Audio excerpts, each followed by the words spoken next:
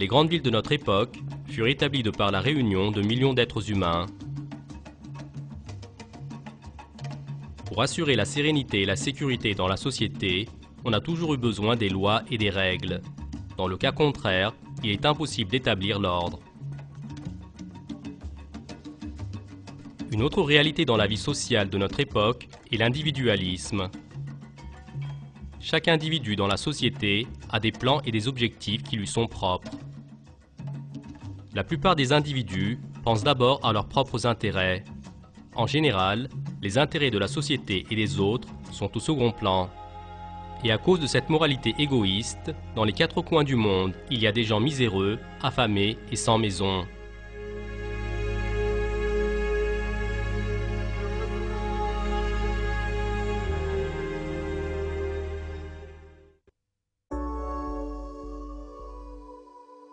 Maintenant, pour un instant, imaginons une ville gigantesque, que des centaines de milliers d'individus vivent dans cette ville, mais qu'ici, personne ne pense à son propre intérêt. Tout au contraire, qu'ils mettent au premier plan les intérêts de la société dans laquelle il vit et ceux des autres individus. Que tout le monde travaille avec un très grand sacrifice, sans avoir l'acharnement de vouloir passer devant. Que les individus soient si loyaux que pour assurer l'ordre, il n'y ait besoin d'aucune loi ni sanction. Et qu'aucune complication ne soit vécue. Il est possible qu'une telle société puisse dépasser les limites de l'imagination de l'être humain.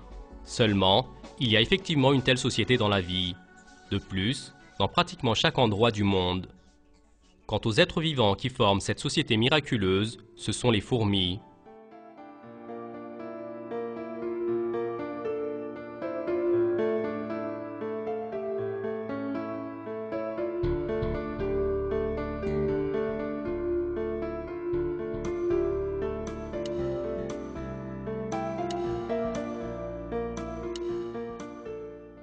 Les fourmis vivent sous forme de colonies constituées de centaines de milliers d'individus et parfois de millions d'individus. Dans cette colonie, tout le monde accomplit de manière parfaite le devoir qui lui incombe. Aucune d'elles ne considère comme un problème la situation dans laquelle elle se trouve ou la nature du travail qu'elle accomplit.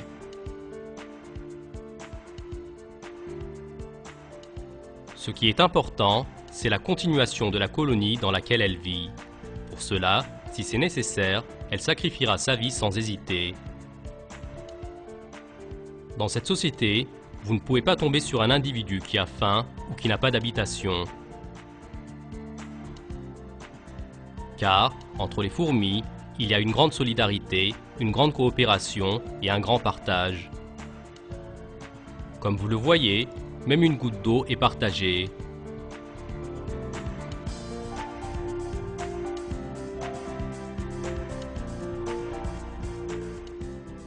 Et de même, les nourritures ramassées sont amoncelées dans le nid afin de pouvoir les partager. Entre les fourmis, on ne verra absolument pas d'égoïsme. Aucune fourmi n'est sans but précis. Chacun est un élément opérationnel d'une organisation géante. Chacun est strictement lié à la partie de l'organisation en dehors de la sienne. Avec leur vie sociale et leur organisation de la société de très loin supérieure à celle des hommes, les fourmis constituent sur Terre l'une des preuves de l'art de la création d'Allah. Examinons maintenant certaines variétés de fourmis et regardons tous ensemble les miracles de la création qui se manifestent sur ces petits êtres vivants.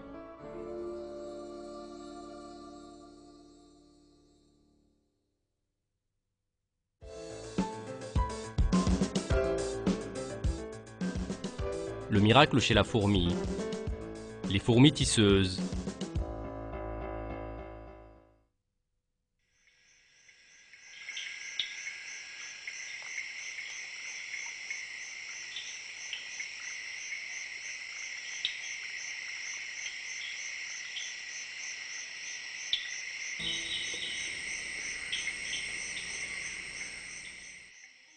Ici, ce sont les forêts pluvieuses d'Australie. Ces arbres abritent une des colonies les plus organisées de la Terre. Les fourmis tisseuses. Les fourmis tisseuses d'une longueur de 6 mm font elles-mêmes leur propre nid.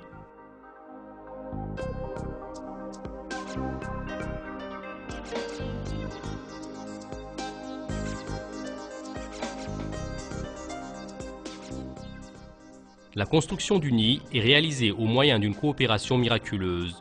Le matériau principal utilisé lors de la construction du nid sont les feuilles. La première étape est de réunir les feuilles pour pouvoir les assembler.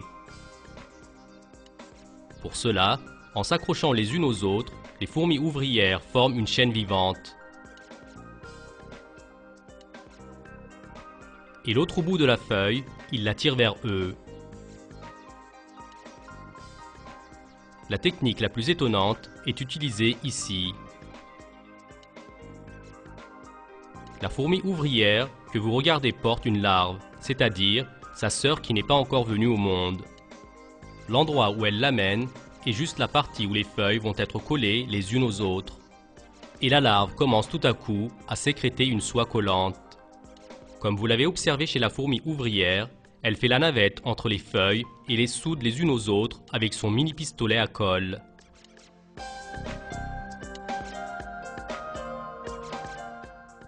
Les fourmis adultes ne peuvent pas produire la soie collante comme celle qui est utilisée.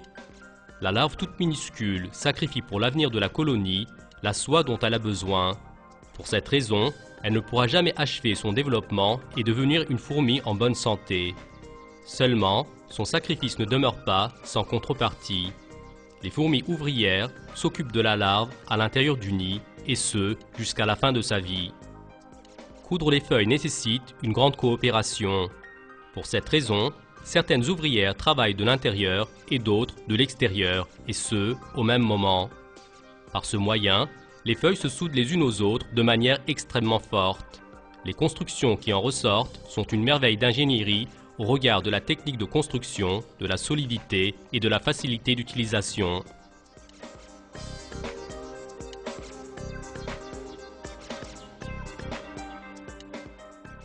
Sans ressentir le besoin d'aucune expérience ou supervision, les fourmis savent de manière miraculeuse par quel point elles vont attacher les feuilles les unes aux autres et par où elles doivent passer les fils de soie. Et donc, pour cette raison, les scientifiques qualifient de grand miracle le fait que ces petits êtres vivants agissent comme un seul cerveau. Ces petits êtres vivants qui ne possèdent pas d'intellect, qui n'ont pas de dirigeants à leur tête pour les orienter, le fait qu'ils travaillent tous ensemble pour un but commun et qu'ils agissent dans le cadre d'un plan extrêmement intelligent montre qu'il y a une volonté qui les dirige et règne sur eux. Eh bien, ceci est la souveraineté d'Allah sur les êtres vivants. Dans un verset du Coran, Allah propose ceci. Au nom d'Allah, le tout miséricordieux, le très miséricordieux, je demande la protection d'Allah contre le diable réprouvé. Allah, qui a créé sept cieux et autant de terres, entre eux, son commandement descend, afin que vous sachiez qu'Allah est en vérité omnipotent, et qu'Allah a embrassé toutes choses de son savoir.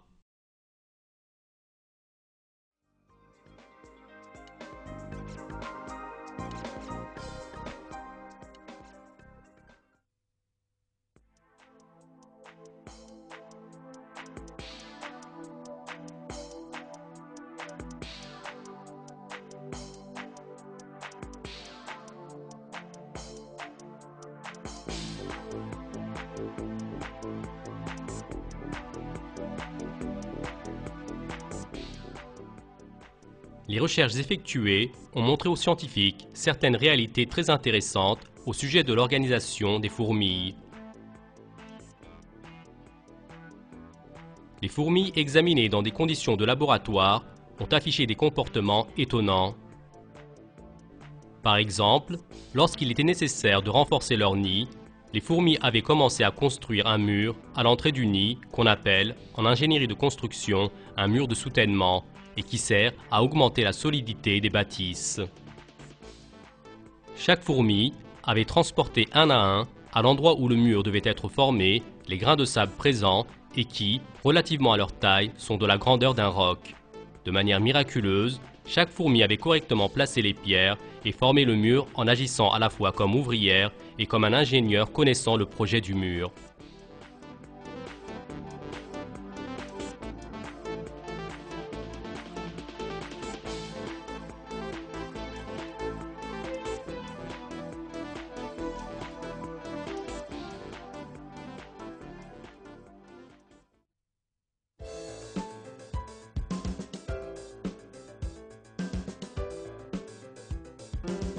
fourmis qui font de l'agriculture.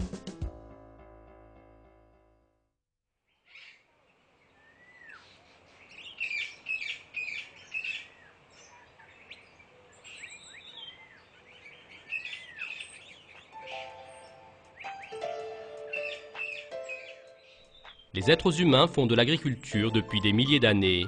Une grande partie du besoin alimentaire de la population mondiale est compensée par ce moyen.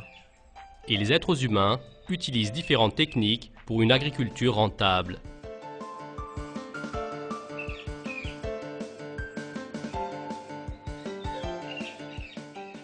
Pour augmenter le rendement, les scientifiques ont développé des procédés comme l'utilisation de pesticides et d'engrais chimiques.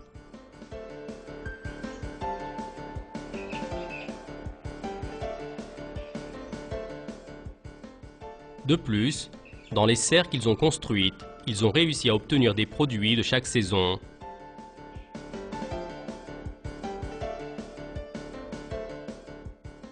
Seulement, il y a un être vivant qui s'affaire avec l'agriculture depuis bien plus longtemps que les êtres humains et qui pratique toutes ces techniques depuis bien plus longtemps. Maintenant, faisons un voyage dans les profondeurs des forêts de l'Amazone pour connaître cet être de près.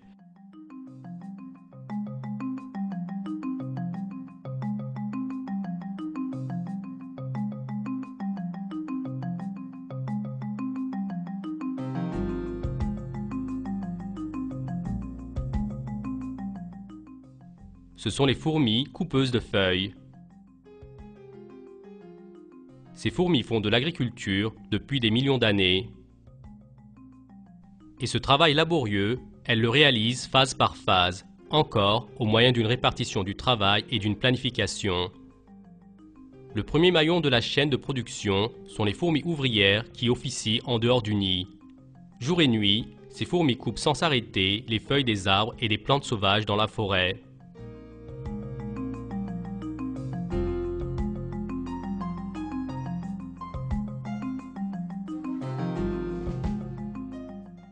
Le deuxième travail est de transporter au nid les feuilles qu'elles ont coupées.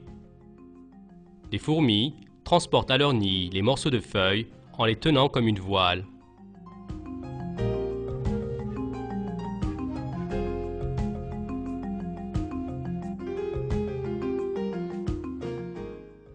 Ces petites ouvrières sont beaucoup plus fortes que pourrait le penser l'être humain. Si l'on devait faire une comparaison, le travail que font les fourmis ressemblerait pour un être humain à courir sur 1 km en 2 minutes et demie, alors qu'il a 250 kg de charge sur son dos.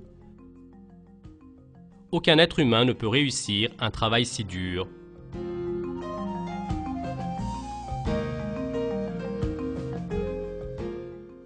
Les fourmis travaillent à un niveau étonnamment planifié et organisé. Pour qu'elles puissent faire de l'agriculture, elles sont contraintes de transporter les feuilles dans le nid. Pour cette raison, l'opération de transport ne doit pas être perturbée. Et pour faciliter le transport, les fourmis construisent des routes à plusieurs voies. Ce qui est encore plus intéressant, tout comme c'est le cas chez les êtres humains, il y a une organisation responsable de l'entretien et de la réparation de ces routes.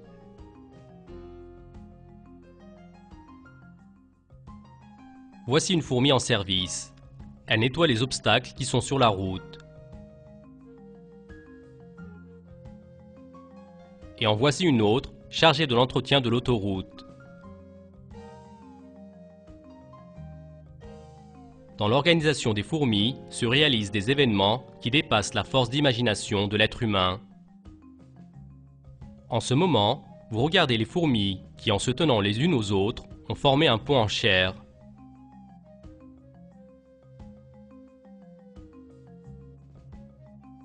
Les autres fourmis continuent leur chemin en leur marchant dessus. Ceci est certes une grande démonstration de sacrifice et de solidarité.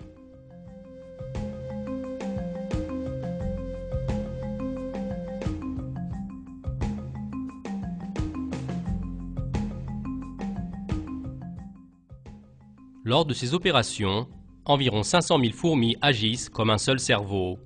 Et cette organisation gigantesque peut couper en un seul jour toutes les feuilles d'un très grand arbre et les transporter au nid.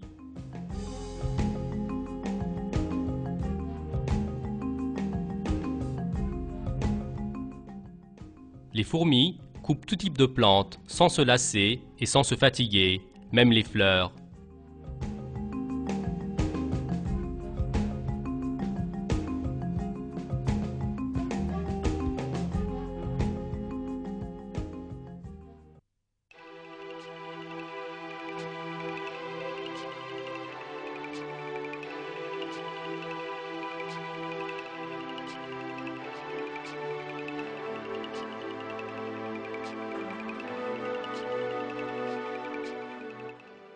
Si on pense à la taille de la fourmi par rapport à l'homme, la grandeur de la feuille qu'elle coupe est comme une plaque d'arbre épaisse et large, ou bien comme un tronc d'arbre.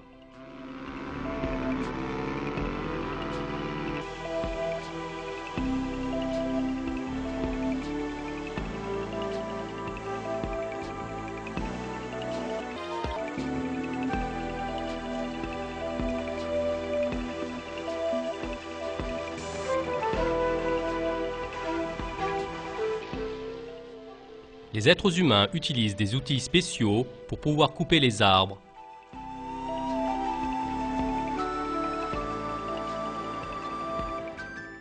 Très bien. Comment la fourmi réussit-elle ce travail?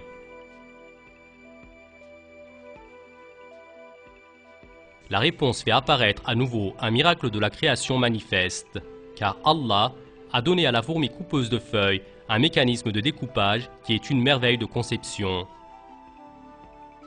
Ce mécanisme de découpage se compose de deux couteaux distincts. Les couteaux furent recouverts de zinc pour donner plus de tranchants.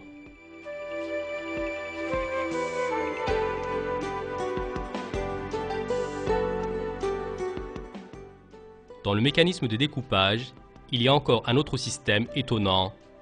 Un organe spécial qui se trouve tout de suite en dessous de la tête de la fourmi diffuse des ondes sonores à haute fréquence. Ces sons sont communiqués à la feuille via les couteaux. Les ondes sonores mettent la feuille dans un état plus fragile et plus facile à découper. Ce système est une conception ingénieuse.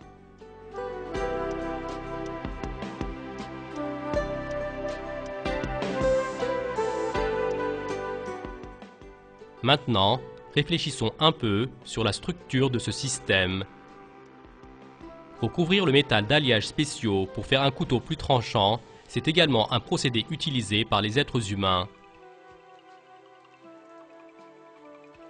Seulement, les êtres humains qui font cela sont des êtres possédant l'intellect et le savoir. Ce système fut développé dans les laboratoires à la suite de travaux spéciaux. Or, la fourmi n'est pas au courant de l'existence d'une matière qui s'appelle le zinc. Elle ne peut pas savoir non plus que ses couteaux sont recouverts de cette matière. Les cellules qui se trouvent sur le mécanisme de découpage de la fourmi recouvrent de manière miraculeuse la surface des couteaux avec du zinc.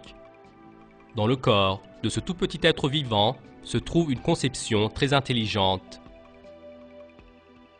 Une situation similaire est valable pour le système qui permet que la feuille soit facilement coupée grâce aux ondes sonores. Une fourmi ne peut certainement pas savoir que les ondes sonores à haute fréquence rendent une matière plus fragile. Il est certes impossible qu'un système si complexe soit apparu par hasard.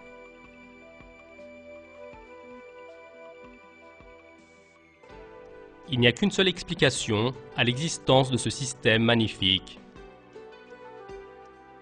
Le système fut créé de manière consciente. C'est Allah qui a créé les fourmis, et c'est également Allah qui leur a donné toutes leurs caractéristiques en plus de leur mécanisme de découpage miraculeux. Voici ce qui est exposé dans un verset du Coran. Je demande la protection d'Allah contre le diable réprouvé. Mon Seigneur embrasse tout dans sa science. Ne vous rappelez-vous donc pas?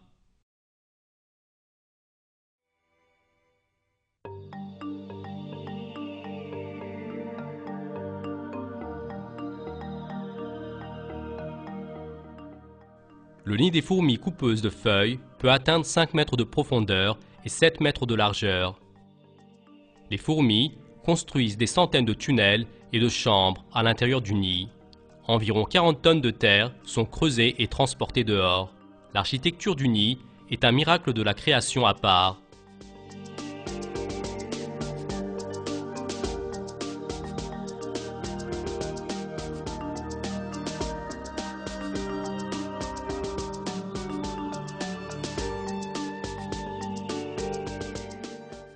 Les fourmis ne mangent pas ces feuilles qu'elles ont coupées des arbres, car les fourmis ne se nourrissent uniquement que d'une variété spéciale de champignons. Très bien, que vont faire ces fourmis avec ces feuilles qu'elles ne peuvent pas manger? La réponse est très intéressante. Pour pouvoir faire de l'agriculture, les fourmis vont utiliser ces feuilles en tant que matière première. Et grâce à cette matière première, elles vont cultiver des champignons. Dans cet objectif, elles établissent des centaines de champignonnières à l'intérieur du nid. En ce moment, nous voyons une de ces champignonnières. La température, l'humidité et la taille de cette champignonnière a été ajustée spécialement par les fourmis pour cultiver des champignons, tout comme les serres qu'utilisent les êtres humains pour pouvoir faire de l'agriculture à toute saison.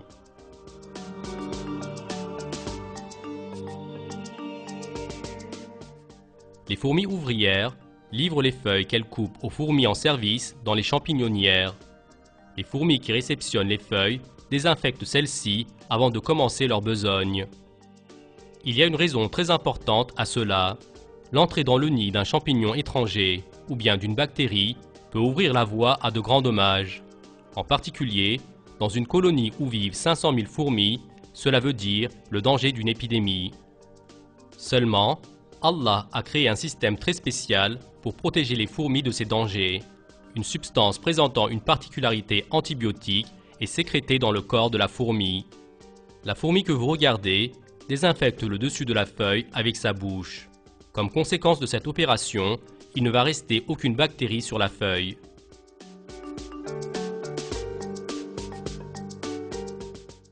Tout comme les fourmis, les êtres humains également luttent contre les bactéries. Pour cela, ils produisent des substances antibiotiques dans les laboratoires. Or, l'antibiotique que produisent les fourmis est beaucoup plus puissant, et elles utilisent cette substance depuis des millions d'années. Certes, ces petits êtres vivants n'étaient pas au courant des bactéries ou des substances antibiotiques empêchant la production des bactéries. Seulement, grâce à ce système magnifique créé par Allah, aucune bactérie nuisible ne peut se loger ni dans le milieu où vit la fourmi, ni sur son corps.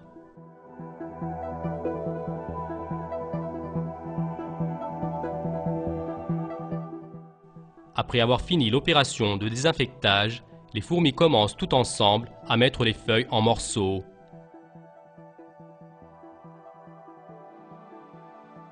Après que les feuilles aient été séparées en petits morceaux, le tour de service vient aux fourmis les plus petites. Ces fourmis mesurent 2 mm, c'est-à-dire la taille d'un grain de sable. Et elles passent toute leur vie dans ces petites chambres souterraines. En mâchant complètement les morceaux de feuilles, elles en font de la bouillie et elles le répartissent sur le sol du champ de production. Ensuite, elles fermentent des champignons sur cette bouillie. Sous 24 heures, la couleur verte des feuilles a complètement disparu.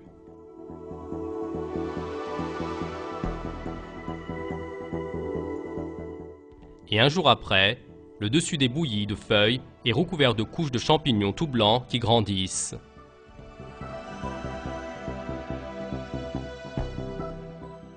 En définitive, la nourriture que peuvent manger les fourmis a été obtenue. Et la récolte commence tout de suite.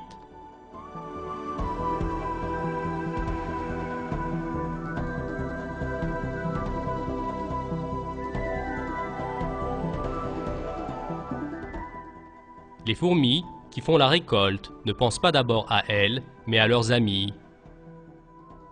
Et les champignons qu'elles ont coupés, elles les transportent aux fourmis ouvrières en dehors des chambres de récolte.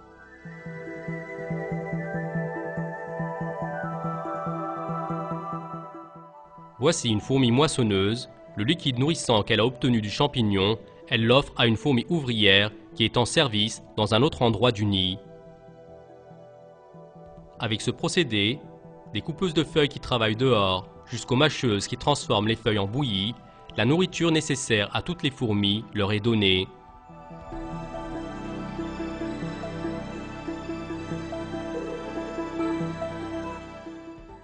Avec une solidarité et une coopération magnifiques, 500 000 fourmis travaillent et produisent en permanence.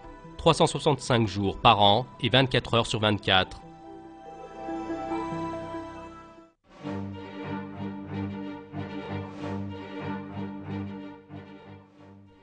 Après que tous les champignons aient été récoltés, il reste derrière les excédents de feuilles et ces derniers doivent être nettoyés. En transportant chaque morceau un à un, les ouvrières nettoient complètement la chambre de production. Les excédents sont jetés dans une aire vide, loin du nid.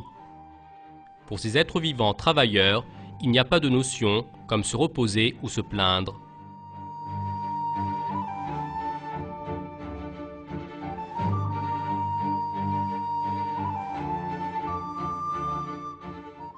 Dans la colonie, il y a également ceux qui ont d'autres fonctions. Par exemple, la défense du nid est assurée par les fourmis soldats forts, courageux et pleins de sacrifices. Y compris au bruit de pas d'une personne qui s'approche, les soldats jaillissent dehors. Ces soldats géants sont 300 fois plus lourds que les autres fourmis de la colonie. Et ils attaquent toute chose étrangère autour du nid. Ils tentent même de mordre les chaussures et les chaussettes d'une personne qui s'approche du nid. S'ils passent une fois leur mandibule dans la chair de l'être étranger, ils ne relâcheront plus. Même si les autres parties de leur corps subissent des dommages, ils n'ouvrent pas leur mandibule et ils sacrifient leur propre vie pour leur colonie. Ceci est certes un exemple de grand sacrifice.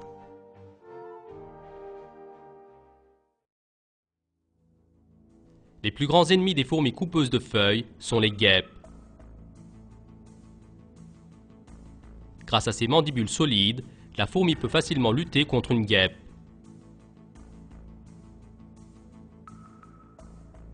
Seulement, lorsqu'elle transporte une feuille, comme ses mandibules tiennent la feuille, elle reste sans défense contre une attaque soudaine.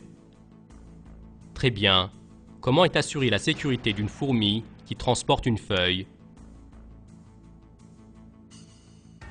La réponse à cette question révèle encore une fois la solidarité dans la colonie des fourmis. Maintenant, regardons un peu de près les fourmis qui transportent les feuilles.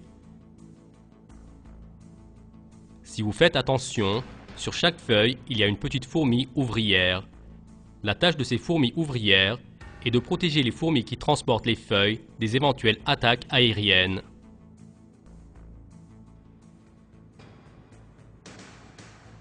Face à une attaque d'abeilles, cette petite fourmi va faire la première défense avec ses fortes mandibules et va empêcher que la fourmi qui transporte la feuille soit attrapée au dépourvu. Cette petite fourmi applique à la fois une tactique de défense très intelligente et met également sa vie en danger pour la fourmi qui coupe les feuilles. Ceci est certes un exemple de grande solidarité.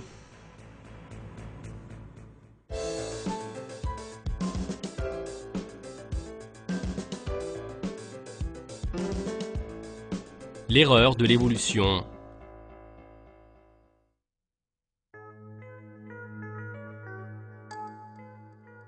Les fourmis s'organisent de manière magnifique. Seulement, il n'y a toujours pas de hiérarchie entre eux. Et aucune fourmi n'organise la colonie. Seulement, malgré cela, chaque fourmi connaît de manière miraculeuse quel travail elle doit faire.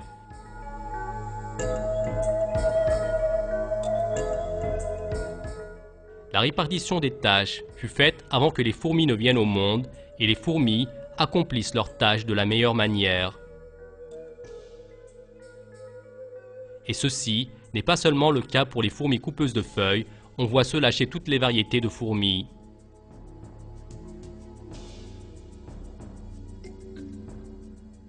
Ces particularités que possèdent les fourmis présentent encore une fois le fait que la théorie de l'évolution est effondrée.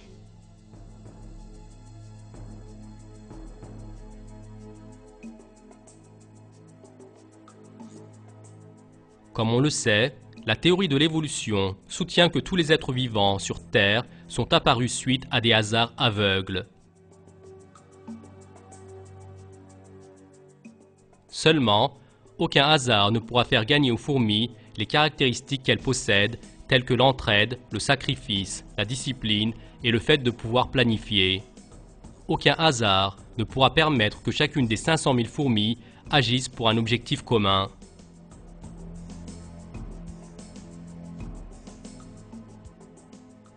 La théorie de l'évolution prétend que pour la continuation de la vie des êtres vivants, ces derniers luttent sans pitié les uns contre les autres, et elle accepte cela comme le mécanisme de base de l'évolution.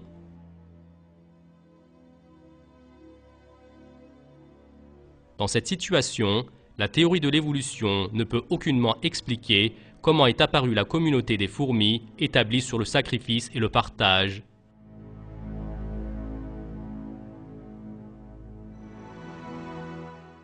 D'un autre côté, la théorie de l'évolution met en avant que les êtres vivants ont gagné étape par étape les caractéristiques qu'ils possèdent suite aux changements apportés par les mutations. Dans ce cas, il faut également qu'ils forment étape par étape l'ordre social que possèdent les fourmis, et ceci est impossible.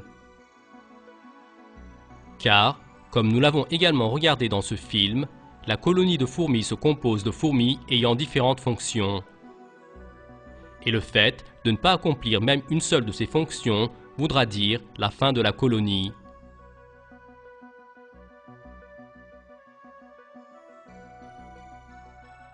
Par exemple, considérons les fourmis qui font de l'agriculture.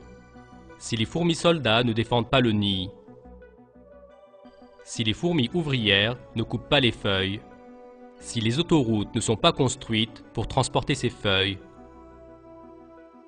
si les nids géants ne sont pas faits en collaboration, si les feuilles apportées au nid ne sont pas nettoyées une à une, si les fourmis mâcheuses ne broient pas les feuilles, ou si les fourmis préparatrices de bouillie ne font pas la fermentation des champignons. Aucune des autres tâches effectuées ne servira à rien et les fourmis ne pourront pas cultiver de champignons. Et ceci aura comme signification mourir de faim pour toutes les fourmis de la colonie.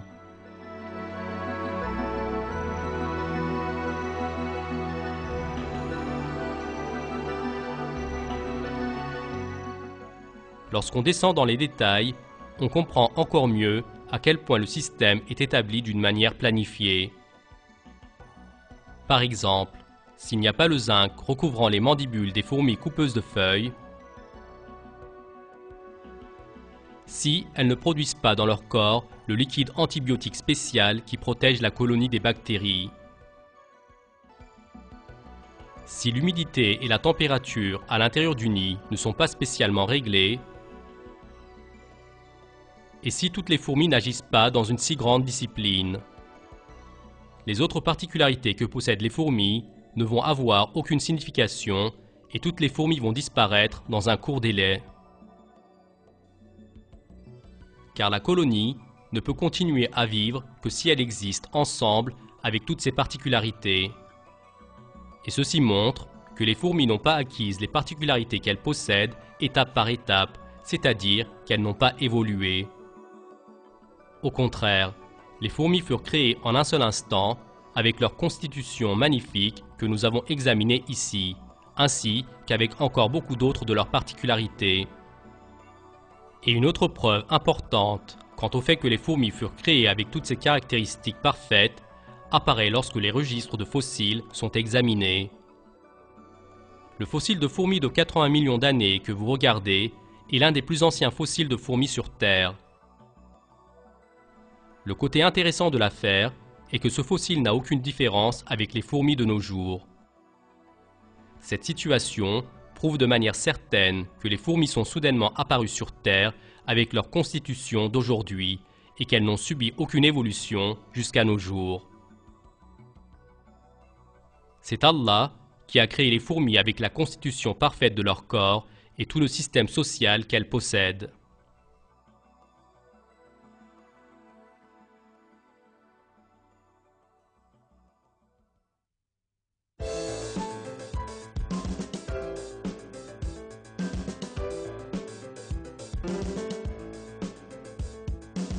Conclusion.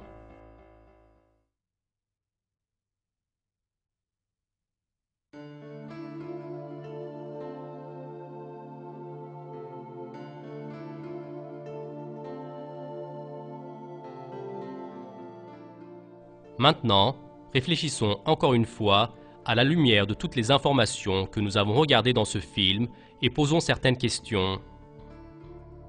Comment les fourmis ont-elles acquises toutes ces caractéristiques qu'elles possèdent? Qui a fait la répartition du travail entre les fourmis? Comment se fait-il que chaque fourmi sache dès l'instant de sa naissance le travail et la tâche qu'elle doit accomplir? Pourquoi les fourmis soldats prennent-elles le risque de sacrifier leur propre vie? Ces êtres vivants, qui ne possèdent pas d'intellect, comment se fait-il qu'ils puissent être beaucoup plus organisés que les êtres humains et avoir une société beaucoup plus sociale?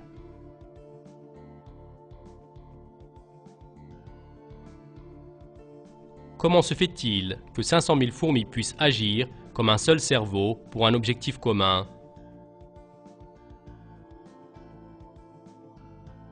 Ces questions nous emmènent vers une réalité très importante.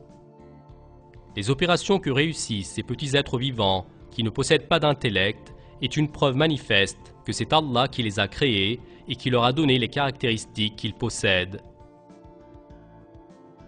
La puissance et l'art de création d'Allah se manifestent chez chaque être vivant. Les fourmis également sont l'une des manifestations en nombre infini de l'art de création d'Allah.